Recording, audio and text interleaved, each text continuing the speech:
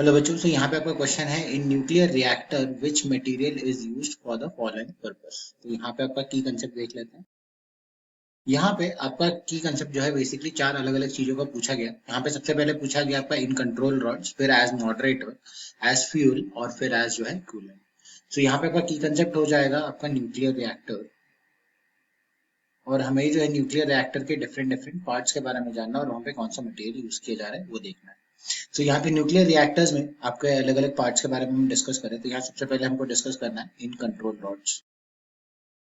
सो जब हम बात कर रहे हैं इन कंट्रोल रॉड्स में, सो कंट्रोल रॉड्स में जनरली जो है आपका यूज किया जाता है बोरॉन और कैडमियम।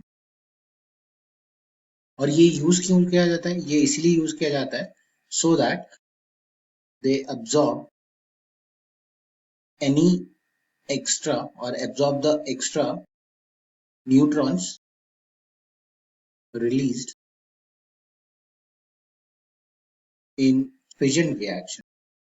सो फिजन रिएक्शन से आपके जो जो एक्स्ट्रा न्यूट्रॉन्स रिलीज होते हैं उनको अब्सॉर्ब करने के लिए इन कंट्रोल रॉड जो है बेसिकली आपका बोरॉन और कैडमियम यूज किया जाता है। फिजन रिएक्शंस कौन सा रिएक्शन होता है जहां पे आपका एक पर्टिकुलर बड़ा हैवी न्यूक्लियस छोटे छोटे न्यूक्लियस में टूट जाता है, राइट। और इस तरीके से ये बेसिकली कंट्रोल करता है, और इसीलिए हम जो इसको कंट्रोल रॉड्स के नाम पे बुलाते हैं, क्योंकि ये रॉड के फॉर्म्स में जो है इमर्स किया जाता है। अब हम मूव करते हैं नेक्स्ट पार्ट पे, जो है आपका as moderator. So as moderator आपका यहाँ पे जो यूज होता है वो है आपका बेरिलियम ऑक्साइड।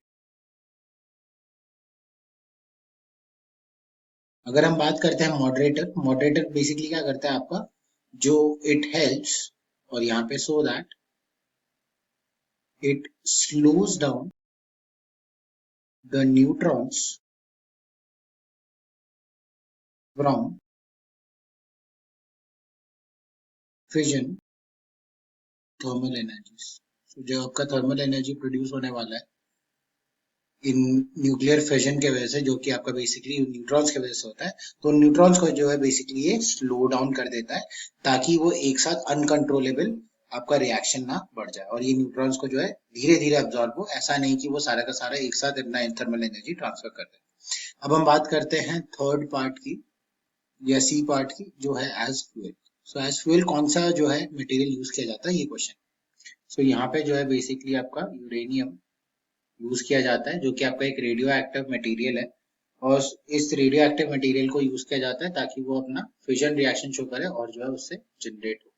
सो यहाँ पे यूज किया जाता है क्यों? So that a chain reaction is started and the heavy nuclei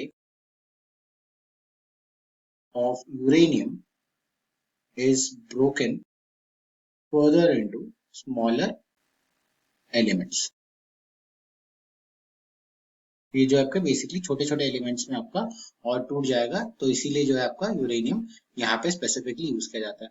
अब हम बात करते हैं अपने डी पार्ट पे, जो कि यहाँ पे पूछा गया था आपका कौन सा मटेरियल यूज किया जा रहा है एज अ कूलेंट। सो अगर हम बात करते हैं यहाँ पे कूलेंट की, सो यहाँ पे आपका कूलेंट जब हम डिस्कस करते हैं तो यहाँ पे हम लोग जो है वाटर यूज करते हैं, या फिर आपका हैवी वाटर यूज किया जाता है। सो हैवी वाटर मतलब क्या? आपका ड्यूटेरियम का वाटर, जहाँ पे आपका हाइड्रोजन जो है बेसिकली ड्यूटेरियम उसके एक आइसोटोप से, हाइड्रोजन के आइसोटोप से रिप्लेस्ड है, और इसका फॉर्मूला होता है आपका D2O। सो यहाँ पे अगर हम देखें इसका पर्पस क्या होता है वो समझते हैं। तो इसका एक ही पर्पस होता है, to remove the heat from nuclear reactor core and transfer it to environment. Environment मतलब आपके आसपास में जो है आपको वो ट्रांसफर कर दे, और वो हीट जो है बेसिकली उस पर्टिकुलर कोर पे ना रहे, ताकि आपका टेम्परेचर जो है बहुत ज्यादा बढ़े नहीं। सो ये जो है आपके क्वेश्चन है, और इसमें आपके जो है चार मटेरियल जो हमने डिस्कस कर लिए। I hope you have understood the explanation of this particular question. All the best.